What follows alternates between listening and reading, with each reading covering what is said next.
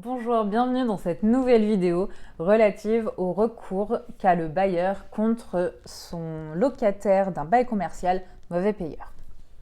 Mais avant ça, si ce n'est pas déjà le fait, abonnez-vous à la chaîne et surtout allez télécharger l'e-book gratuit qui est dans la description de cette vidéo.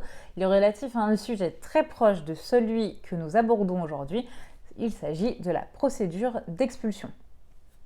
Alors, si vous avez mis en location un bail à usage commercial, vous avez très probablement négocié au préalable les conditions toutes les conditions encadrant donc ce bail avec votre locataire, dont bien évidemment tout ce qui encadre le paiement de son loyer.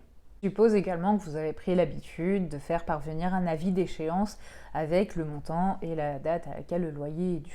Ça peut être très utile parce que ça va être quelque chose qu'on va verser au dossier si nécessaire. Et ça servira de preuve.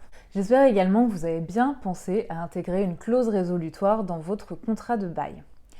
Dans ce cas, vous allez pouvoir faire constater la résolution de votre contrat. La résiliation, de votre contrat. C'est pas la même chose en réalité en droit. Par contre, pour que cette clause soit applicable, vous devez délivrer à votre locataire mauvais payeur un commandement de payer qui doit être donc délivré par huissier de justice. Il faut quand même que deux conditions soient réunies pour que ce commandement de payer soit valable. La première, c'est que le document doit faire connaître de façon précise au locataire le manquement à son obligation. Qu'est-ce que vous lui reprochez? En l'occurrence, le manquement à son obligation de payer le loyer. La deuxième chose qu'il faut, sinon ce n'est pas valable, c'est qu'il faut bien l'informer de votre intention de résilier le bail s'il ne s'exécute pas dans un délai d'1 mois. Sans réponse de la part de votre locataire, vous pouvez alors saisir le juge des référés du tribunal du lieu de situation de l'immeuble pour justement faire constater la clause résolutoire et demander l'expulsion de votre locataire. Dans ce cas, il va y avoir 3 différentes voies possibles. Soit le locataire demande un délai de paiement, le juge le lui accorde et le locataire paie ses loyers comme prévu dans l'échéancier. Dans ce cas-là, vous êtes enfin payé et il n'y aura ni résiliation ni expulsion.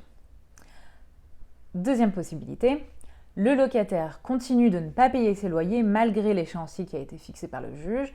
Dans ce cas-là, le locataire devient un occupant sans droit ni titre et dès que le délai d'1 mois est expiré.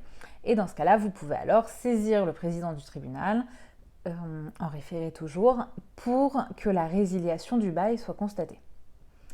Troisième possibilité, le juge n'accorde pas d'échéancier. Dans ce cas-là, il pourra directement rendre une ordonnance afin d'expulsion et condamner le locataire à payer les arriérés locatifs et à une éventuelle indemnité d'occupation pour le temps qu'il a passé au-delà du délai prévu.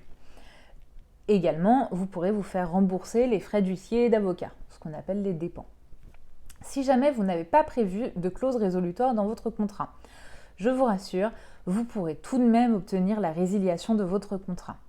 Il faut savoir que la procédure est un petit peu plus longue car vous laissez au juge une bien plus grande marge de manœuvre. Ça ne se passe pas tout à fait comme la procédure de référé, car cette fois-ci, vous avez besoin de la présence d'un avocat lorsque vous allez saisir le tribunal du lieu de l'immeuble. Les 3 voies possibles, les 3 possibilités dont on a parlé juste au-dessus sont les mêmes pour cette procédure également. Si cette vidéo vous a plu, n'hésitez pas à mettre un j'aime, à vous abonner à la chaîne et on se retrouve dans une prochaine vidéo. À bientôt!